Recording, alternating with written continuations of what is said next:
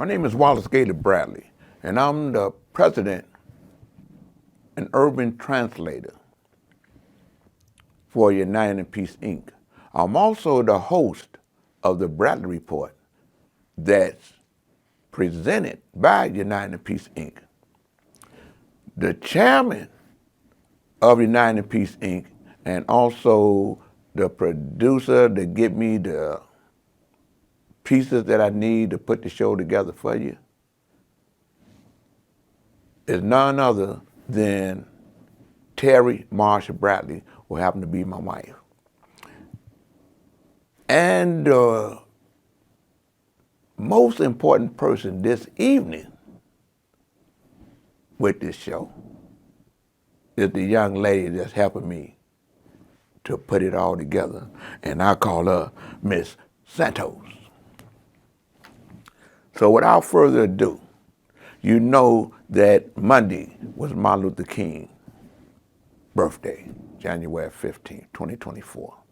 We're going to share some things to you because the name of the game is we got to constantly educate ourselves and our children and our grandchildren to our culture and our struggle. So without further ado, to God be the glory. Ms. Santos, let's get on with the story. Join Rainbow Push.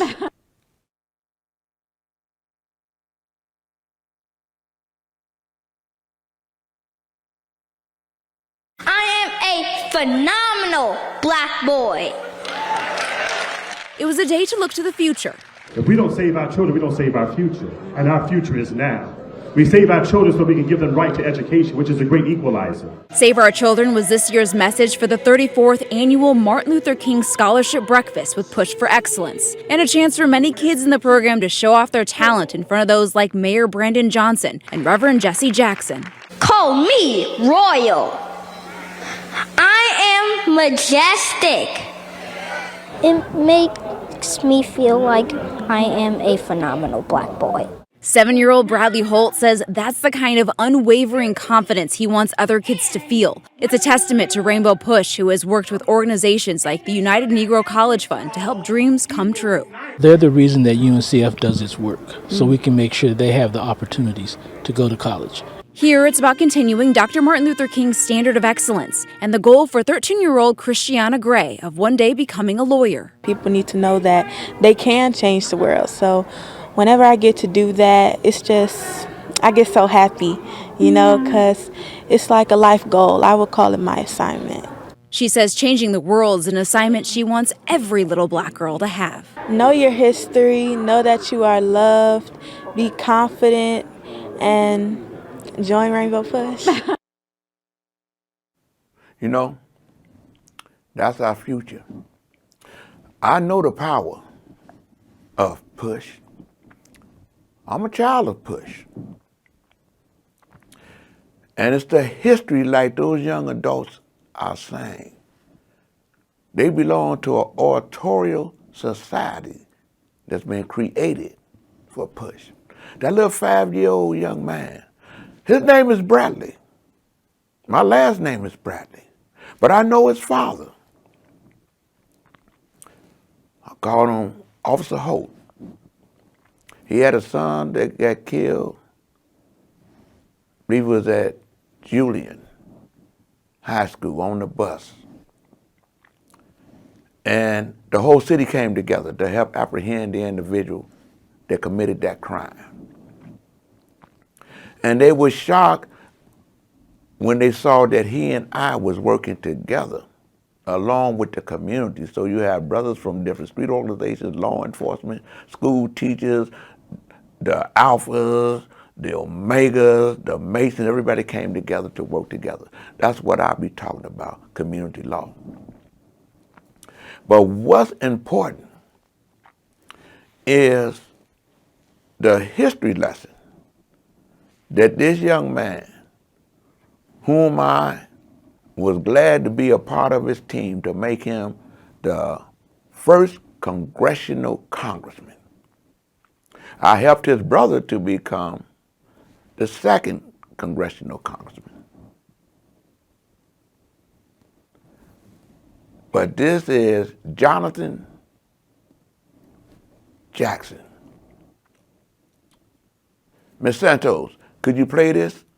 Anti-democratic America becomes, it is the black and brown and the marginalized people who will first and foremost suffer from the eradication of constitutional norms. A rain shower in the other America is now a hurricane mixed with a tornado right after a tsunami in our black community. We feel the effects of America's dysfunction more profoundly than anyone else because in most instances, we are the most vulnerable, the most exposed, the most over-policed and underprotected, the underinsured, the food insecure, the most likely to die during childbirth, the more likely to have an unwarranted interaction with law enforcement and the criminal justice system, the least likely to own a home, the least likely to have an investment portfolio, the least likely to have more than $600 in a savings account, the more likely to die from diabetes and high blood pressure, the more likely to be racially profiled. We're thinking of the words in the spirit of the Reverend Martin Luther King.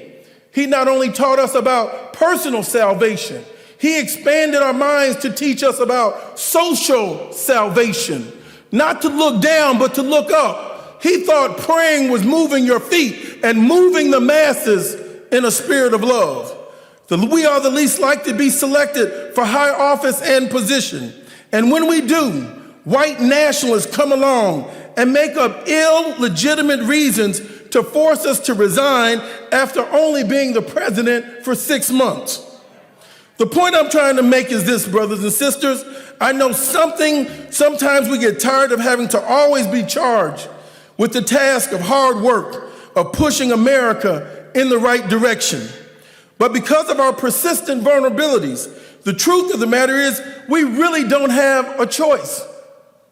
We love our children too much to sit around and let the craziness of Trumpism threaten the future that our children deserve. We love our elders and our ancestors too much to let what they fought and died to achieve end up on the ash heap of history. We love ourselves too much to let the governor of Florida get in the way and get away with trying to convince us that black history and black authors don't matter.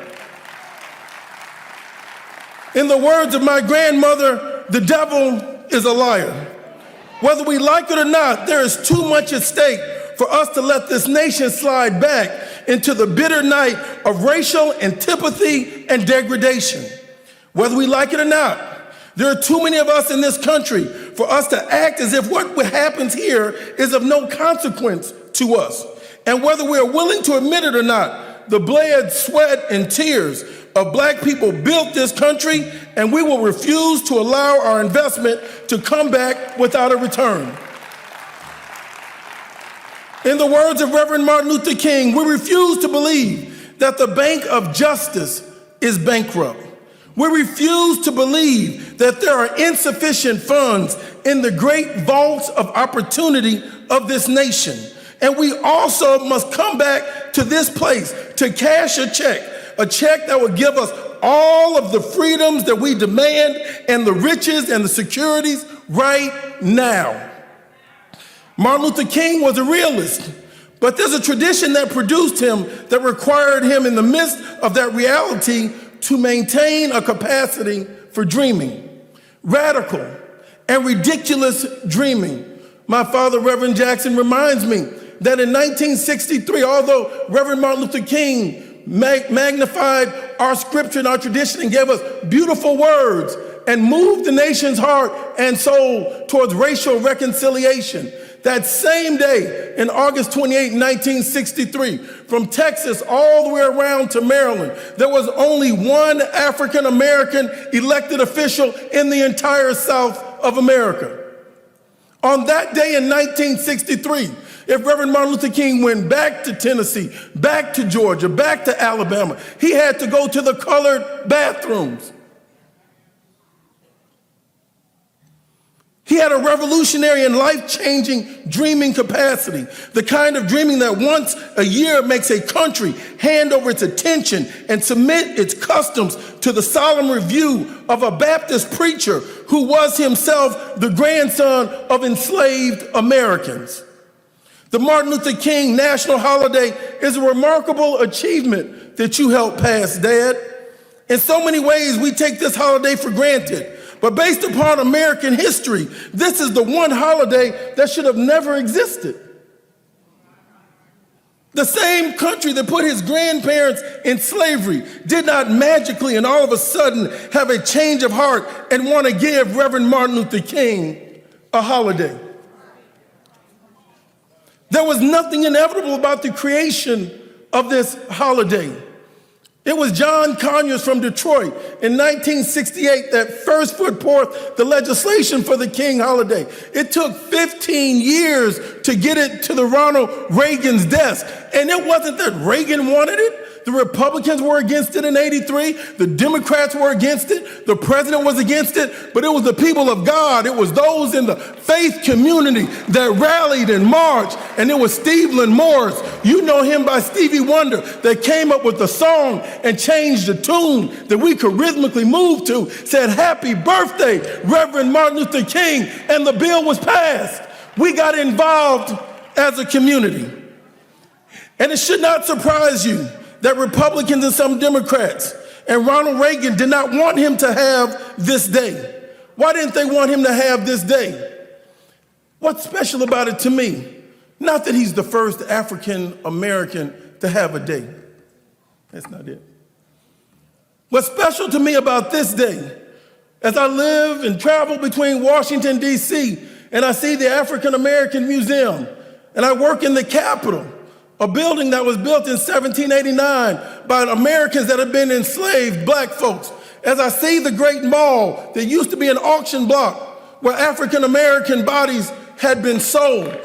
As I see this day, and I see all the generals, and I see all the elected officials, and the governors, and the kings, and the presidents, this is the only day that a minister has to be honored in the mall and across the nation and around the world from America. This is a day for ministers and the church community to be proud. A man that was nonviolent, that didn't have a gun and never thought to kill anyone. I'd like to draw your attention in closing. It comes from the 7th chapter of the book of Amos, when the prophet got up and told the truth about the king and those conspired against him, and went to the king and said, Amos is a problem. Amos, they said, is a rabble-rouser. They said Amos is a troublemaker. And the 10th verse of the 7th chapter of the book of Amos, it says, and the land cannot bear his words. And the land cannot bear his words. It's in the book of Amos. I summon this verse from the book of Amos because it most appropriately applies to the Reverend Martin Luther King Jr. That is to say, when he was alive, America could not bear his words. 2 months before the March on Washington, Reverend King came to the city of Detroit and made one of his most iconic speeches in Cobo Hall. Those of you who remember that speech, and those of you who were there, remember that much of that, what he said in August of '63, he had already said in Detroit that same year in June, as 25,000 people had gathered. That night, Reverend King said, the price that this nation must pay for the continued oppression and exploitation of the Negro or any other minority group is the price of its own destruction. For the hour is late, the clock of destiny is ticking out, and we must act now before it's too late. America didn't want to hear that from a Reverend Martin Luther King while he was alive. This country didn't want it to be reminded that whatsoever a man soweth, the same also shall he reap. That you can't hate people and expect your future to be bright and prosperous. America didn't want to confront the fact that hatred would only produce things that flourish in the midst of greater levels of hatred. And once you let it loose, bitterness takes on its own life. I'm telling you, this land could not bear his words. Reverend King went on to say, for we have come to see that segregation is not only sociologically untenable, it is not only politically unsound, it is morally wrong and sinful. Segregation is a cancer in the body politic which must be removed before our democratic health can be restored. That's 1963 and 64 when he wrote the book, Why We Can't Wait. 60 years later, what are they doing? They're putting a ban on black authors and black books in the state of Florida. And he's the number 2, number 3 nominee for a major political party. We have to speak truth and let the land bear his words.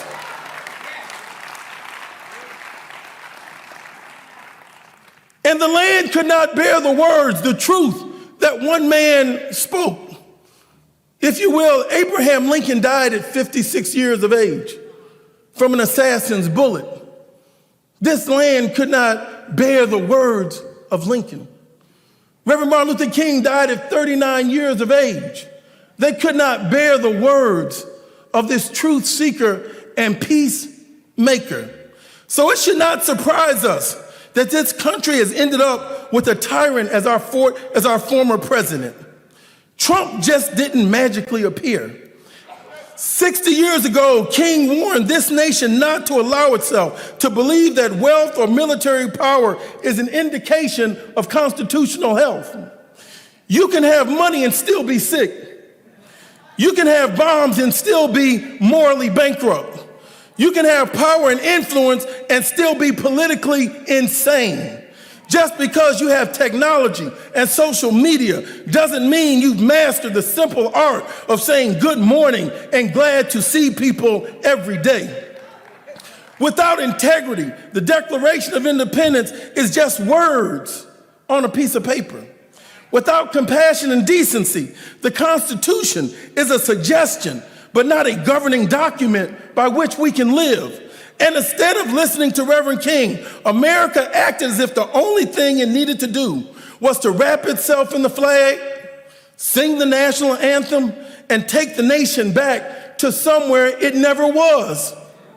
When they said, make it great again, when was that?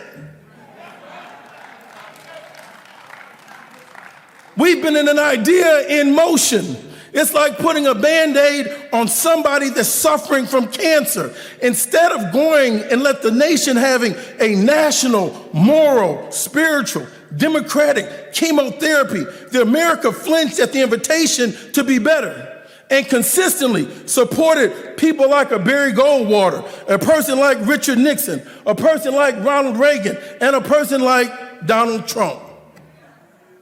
Because the land could not bear the words of a prophet that came through the African American experience and culture. He told the truth to those in power.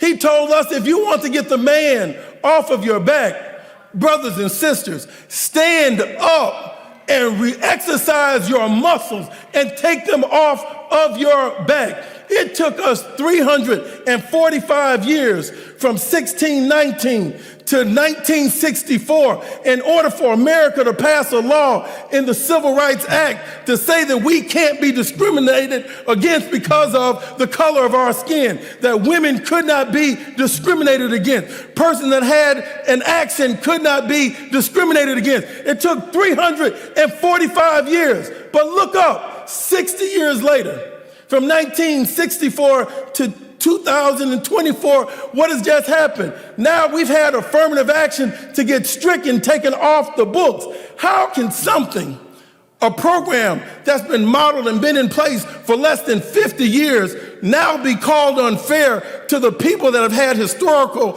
negative actions taken against them when all we've asked for is an affirmative action to become included and no longer overlooked? We've always been qualified. And some people say, well, affirmative action should be over. That's enough time, ladies and gentlemen. How can something that's been broken for 400 years be fixed in 50 years? It makes no sense. We have to have a concerted effort about economic justice and economic inclusion. There's an attack on diversity that we have to be aware of.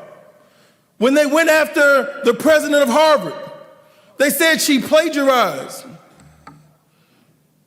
Here, this institution, founded in 1636, now has its first African American, if you will, president.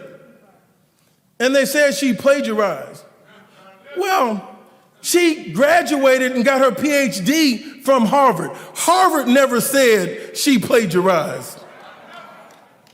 Who is this impetulant child, billionaire man born on third base that thought he hit a triple, that has his largest investment in Chipotle, gonna tell us that this woman is unqualified and she's a function and a symptom of everything that's wrong with diversity, equity, and inclusion? You gotta be mad on King Day and wanna come out and fight for something.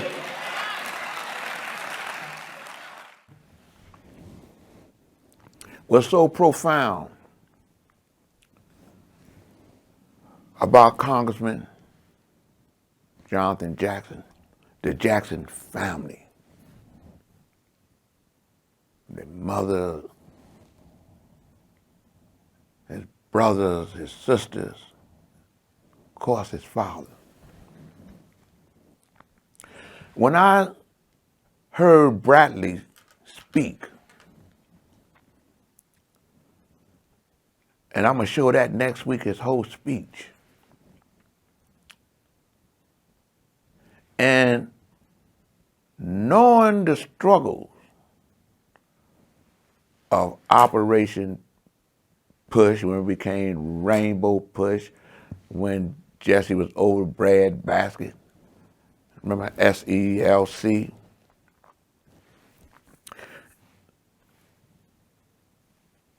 To see the mayor in the city of Chicago, Brandon Johnson,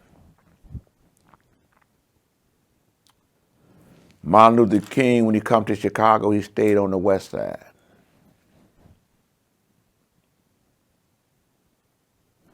And now you got a mayor from the west side of City Hall. When Martin Luther King came to Chicago talking about housing, fair housing, he was invited to the 5th floor by Mayor Daley. Now you got Brandon Johnson. When I see young Bradley speak, and the passion in his oratorial skills, it ain't far-fetched for me to see within that man that is beyond a Martin Luther King dream, that young man can become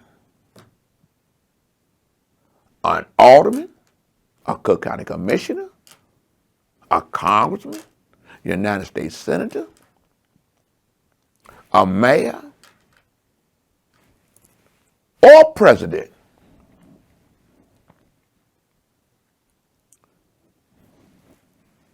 Because in his lifetime, so far, he's just 5 years old,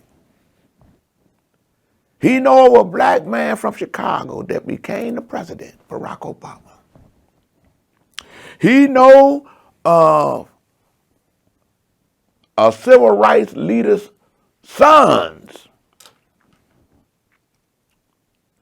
leader of Push has became congressmen. He heard of Harold Washington being the first African-American mayor. And he knows another African-American mayor by the name of Sawyer, and the first African-American woman mayor named Lori Lightfoot. And now he see Brandon Johnson as the mayor. I say all that to say this. When I was young, I ended up going to the Oddie home, April the 4th, the day that Martin Luther King got murdered for mob action, because I couldn't understand how they could kill a man of peace. My father's birthday was on April the 4th. I just want to say on Martin Luther King's birthday, 2024, I was able to see the growth and development of generations coming up out of push to become great leaders for our future. With that, I want to say to God be the glory. That's Gator's story. And we must tell our children and grandchildren the struggle of the truth about our struggles before they take their rights or ban the books and erase our history. We can't let that happen.